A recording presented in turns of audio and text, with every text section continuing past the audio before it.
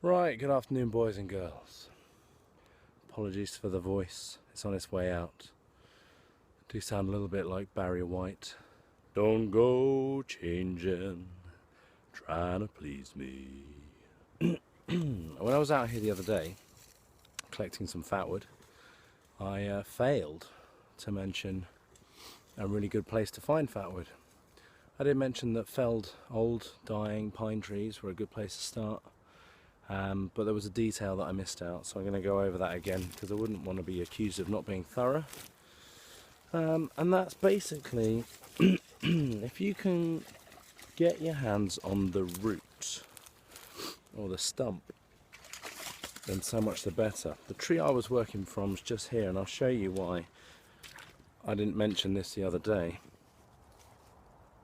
So this is the tree I was working on the other day, and the reason why I didn't mention going for the roots is because I couldn't find them. Didn't know where they were. But since having a look around this area, I have found some. So let's go take a look. Okay, old dead felled tree. Root structure sticking up in the air.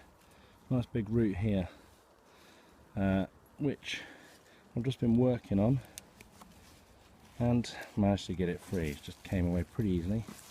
For a piece of rotten wood, that is very heavy.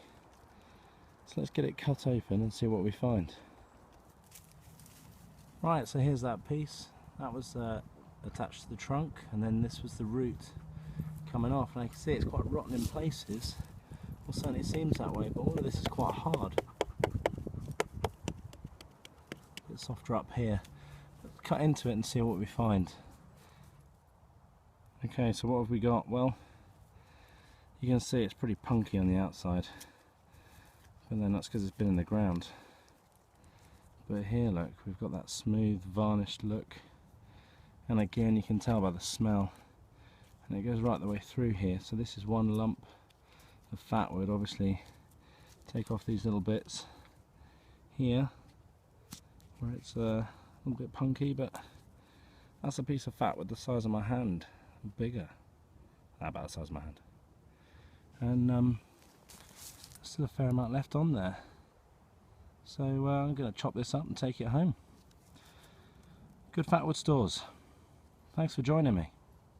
Okay, I'm just cutting through this chunk here, just doing a little bit more, and it's a bit thicker, and it is so thick with sap.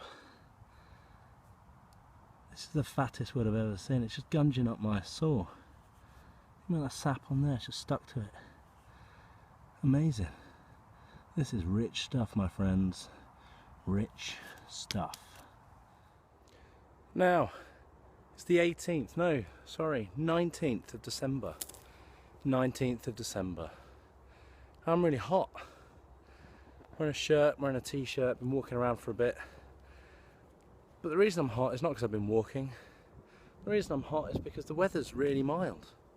And I'll show you just how mild it is. Now, for those of you who don't know, this is gorse. It's a brilliant plant, good for protection, horse feed, fire lighting, as I discovered recently, if you've got good thick gloves on. And you can also make wine from the flowers, because the flowers, if you don't know, if you've never smelt gorse before, the flowers are incredible. They're bright yellow, they look like this on these big spiky bushes, and they smell like pina colada, like pure coconut. Real coconutty, exotic sort of smell to them. But these flowers are not normally here until mid-May. This is insane, it's December. And I've seen other things as well.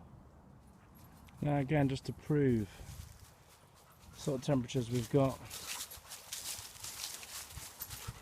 these green leafy plants are primroses. Primroses, as we know, come out in the spring. And the dainty little flowers which crumb up can be sugared and used to decorate Easter cakes. What the hell's going on?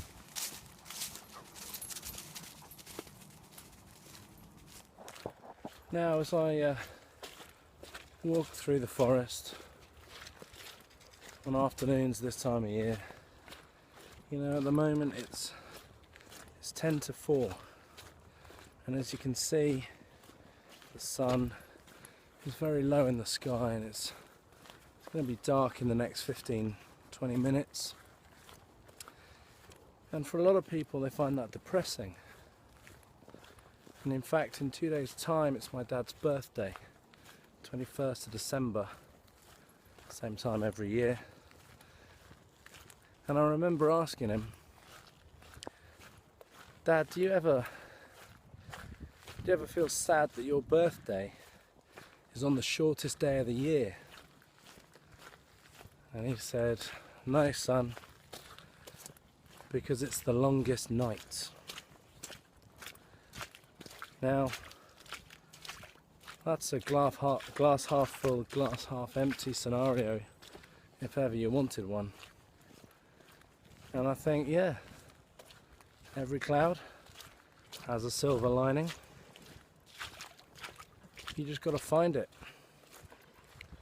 So stay positive, because everything works out okay in the end.